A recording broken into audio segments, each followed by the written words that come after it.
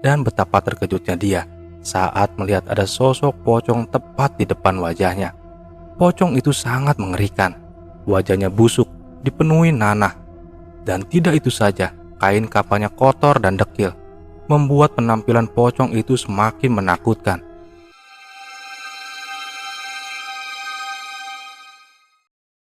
Halo YouTube, dan selamat datang kembali di Cerita Misteri ID.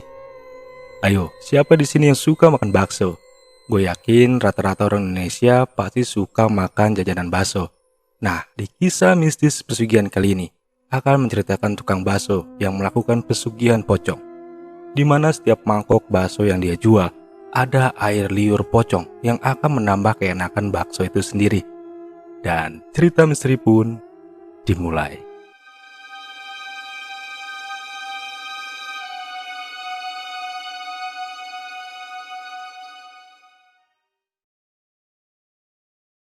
Perkenalkan, namaku Firman. Firman adalah duda tanpa memiliki anak. Dia hidup seorang diri di rumah peninggalan almarhum orang tuanya. Sekitar 6 tahun yang lalu, Firman sempat menikah dengan gadis bernama Yuni. Mereka pun tinggal di rumah tersebut. Sebagai pengantin baru, kehidupan mereka tidaklah mudah, dengan segala kekurangannya hingga sering bertengkar. Di sini Firman berjualan bakso keliling kampung untuk mencari nafkah. Walaupun penghasilannya tidak seberapa, setidaknya dia sudah berusaha. Hingga suatu hari, Yuni meninggal dunia. Ada yang bilang Yuni kena serangan jantung. Tentu saja kehilangan Yuni membuat Firman sedih. Tapi mau gimana lagi, karena memang sudah takdir istrinya meninggal di usia muda. Dan kini Firman pun hidup sebatang kara di rumahnya. Hingga beberapa tahun berlalu, Firman tetap menduda dan tidak menikah lagi. Sampai suatu hari, Firman mendatangi bank untuk menggadaikan sertifikat rumahnya. Dia akan meminjam uang untuk membuka usaha bakso. Uang hasil pinjaman itu dia gunakan untuk menyewa kios di pasar dan memulai usaha barunya. Dari muda, Firman memang sudah pandai membuat bakso. Tapi keberuntungan belum tentu berpihak kepada Firman. Buktinya, setelah berbulan-bulan Firman membuka bakso di pasar tersebut, pelanggannya tetap saja sepi. Paling yang datang 1 atau 2 orang saja. Firman pun mulai pusing. Kalau terus begini, dia tidak mungkin membayar hutang ke bank. Akhirnya Firman pun mendatangi gurunya yang biasa dia panggil Simbah. Gurunya ini tinggal di pedalaman desa, dekat dengan perbatasan hutan dan terpisah dengan rumah warga lainnya. Simbah terkenal sebagai dukun sakti dengan pesugihannya. Banyak tamunya datang dari kota. Namun warga sekitar tahu apa yang dilakukan Simbah adalah musyrik. Ajaran yang diajarkannya sudah menyimpang dari syariat agama. Namun di sisi lain, tidak ada warga yang berani mengusik ritual pesugihan Simbah itu, karena mereka takut akan disantet oleh Simbah. Umur Simbah sendiri sudah mencapai 100 tahun, dengan wajah yang keriput, namun tubuhnya tetap sehat dan segar. Dan tepat jam 8 malam, terdengar suara motor di depan rumah Simbah. Ya, suara motor itu adalah Firman. Dengan menggunakan jaket dan helm, Firman berjalan mendekati rumah Simbah.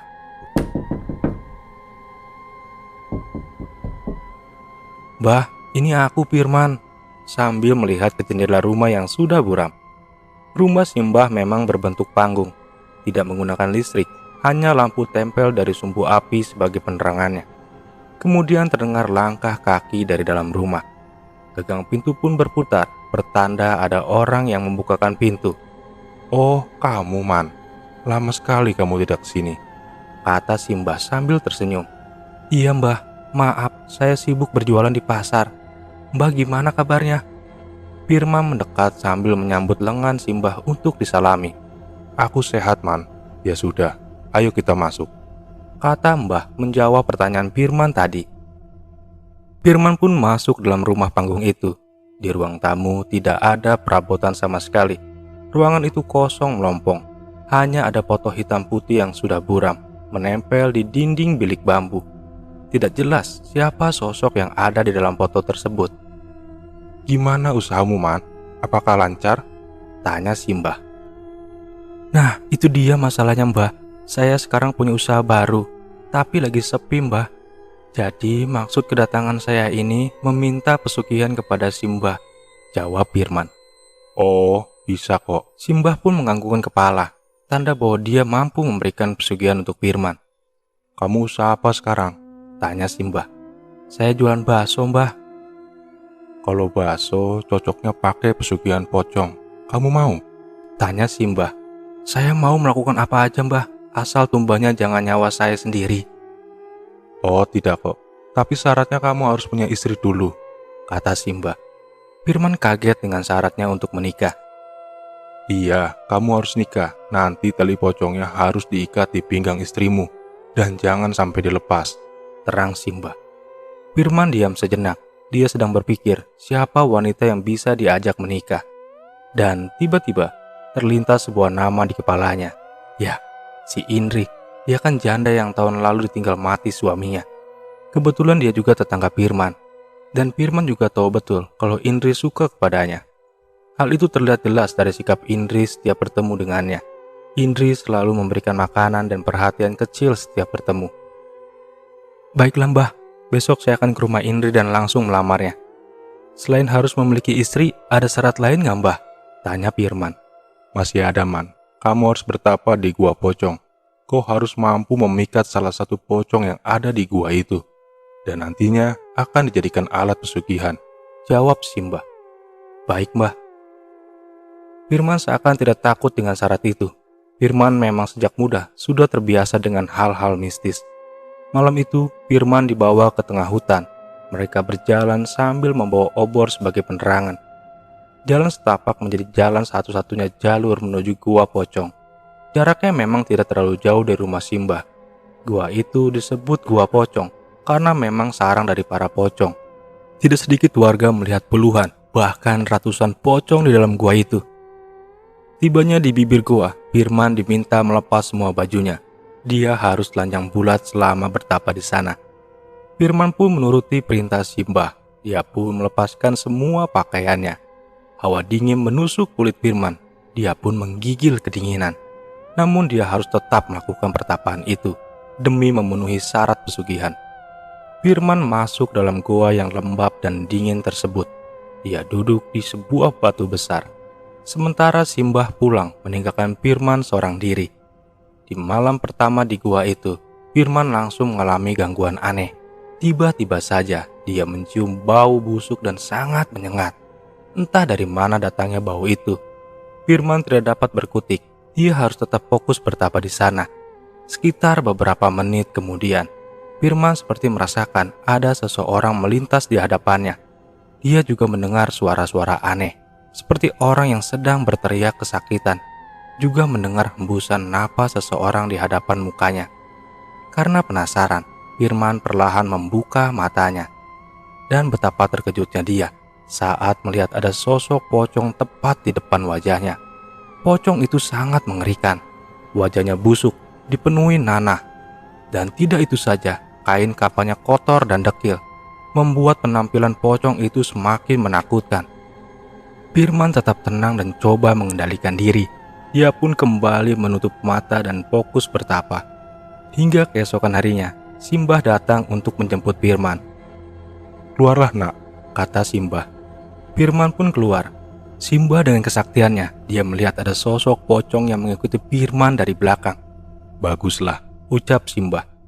"Bagus apa, Mbah?" tanya Firman kebingungan. "Lihat ke belakangmu, Man," perintah Simbah.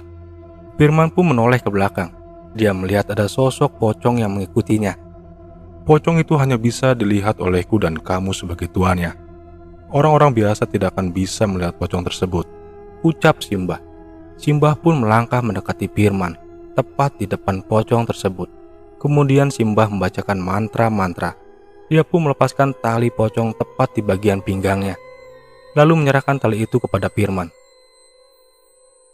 "Man, kamu segera menikah. Nanti ikatkan tali pocong ini pada pinggang istrimu. Selama kamu pelihara pocong itu, maka usahamu akan laris manis," kata Simbah. Firman pun mengangguk dan segera memakai pakaian miliknya. Lalu mereka pergi dari gua pocong tersebut. Sejak saat itulah, Firman diikuti pocong mengerikan.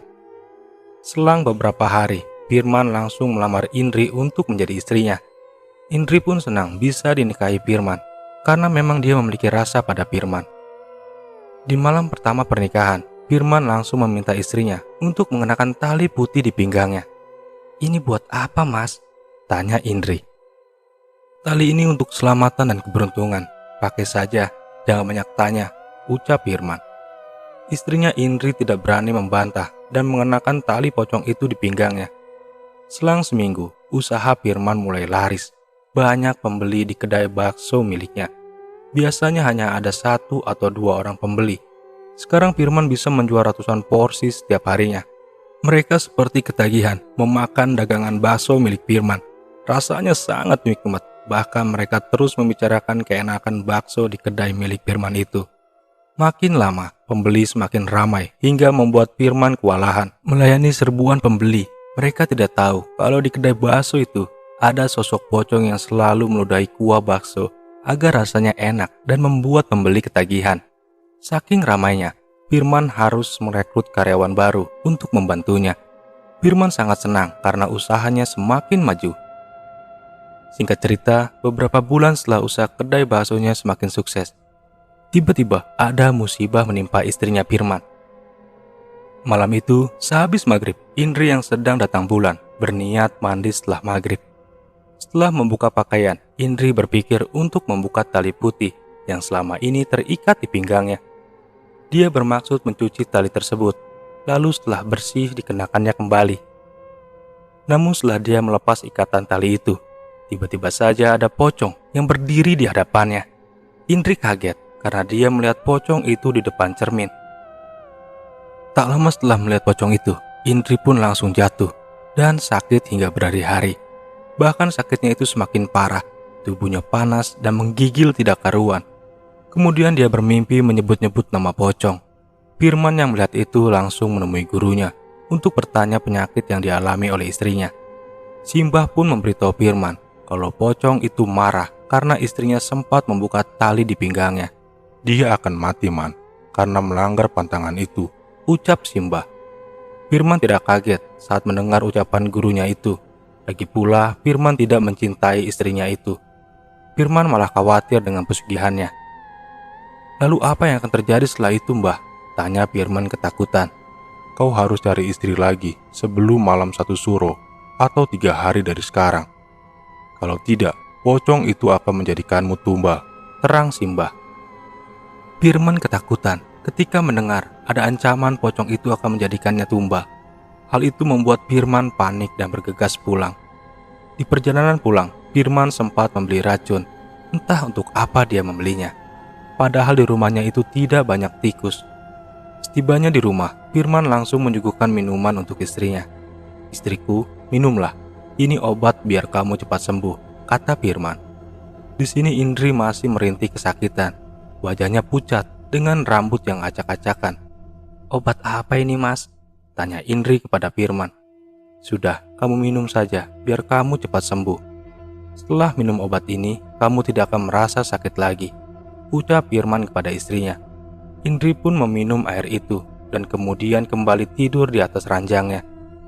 "Cepat sembuh ya sayang," ucap Firman sambil mengelus rambut istrinya. Firman pun keluar kamar dan mengunci kamar itu dari luar. Beberapa saat kemudian terdengar suara rintihan Indri dari dalam kamar. Dia seperti kesakitan dan berlangsung beberapa menit lalu hilang begitu saja.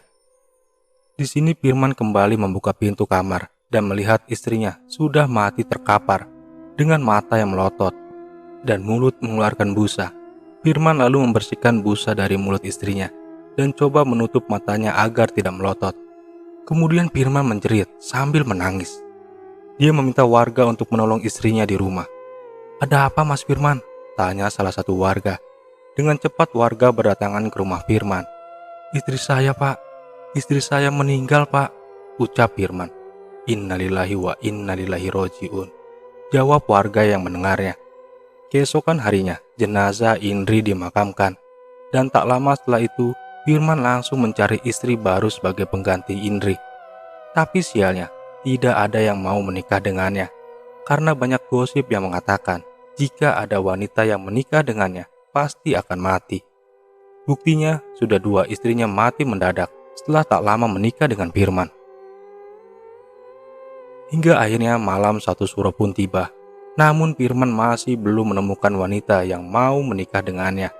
Dan sesuai wejangan sang guru, Firman pun langsung jatuh sakit. Bahkan sakitnya itu lebih parah dibandingkan istrinya. Firman berteriak kesakitan. Tubuhnya seperti terbakar. Tetangga coba membantu dengan mendatangkan dokter. Namun dokter tidak mengerti dengan penyakit yang diderita oleh Firman. Di sore harinya, sekitar jam 7 malam, akhirnya warga memanggil tokoh agama untuk membantu Firman, yang biasa dipanggil warga sebagai Pak Hendra. Pak Hendra pun datang ke rumah Firman. Belum juga dia masuk dalam, Pak Hendra merasakan hawa gaib memenuhi rumah itu.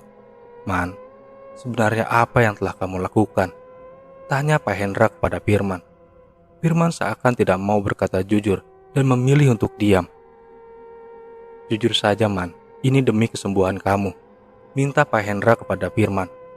"Pak, saya melakukan pesugihan pocong untuk melariskan usaha bakso milik saya." "Astagfirullahalazim," ucap Pak Hendra dan beberapa warga di sana. "Lalu istrimu kau jadikan tumbal?" tanya Pak Hendra yang curiga dengan kematian istrinya Firman yang tiba-tiba. Firman pun menceritakan semuanya, bahkan dia tega meracuni istrinya sendiri. Hal itu membuat Pak Hendra dan warga kesal dengan perbuatan Firman. Dan tak lama kemudian muncullah angin ribut. Atap rumah Firman hancur, terbuka tertiup angin. Dan saat itulah muncul sosok pocong. Pocong itu turun dari langit-langit, menembus kamar milik Firman. Dengan mengerikan, pocong itu menggigit kepala Firman dan membawa tubuh Firman ke atas. Firman pun terseret, tubuhnya dibawa terbang oleh pocong, lalu menghilang dalam gelapnya malam, dan hanya terdengar suara pocong tertawa bersama dengan hembusan angin. Suara itu menggema begitu mengerikan. Warga pun panik lari keluar dari rumah Firman. Sementara itu, Pak Hendra hanya diam. Dia tahu bahwa Firman sudah membuat perjanjian pesugihan dengan makhluk gaib. Dan cerita misteri pun selesai. Terima kasih untuk teman-teman yang sudah mendengar cerita misteri pesugihan ini. Dan sampai jumpa di cerita misteri selanjutnya.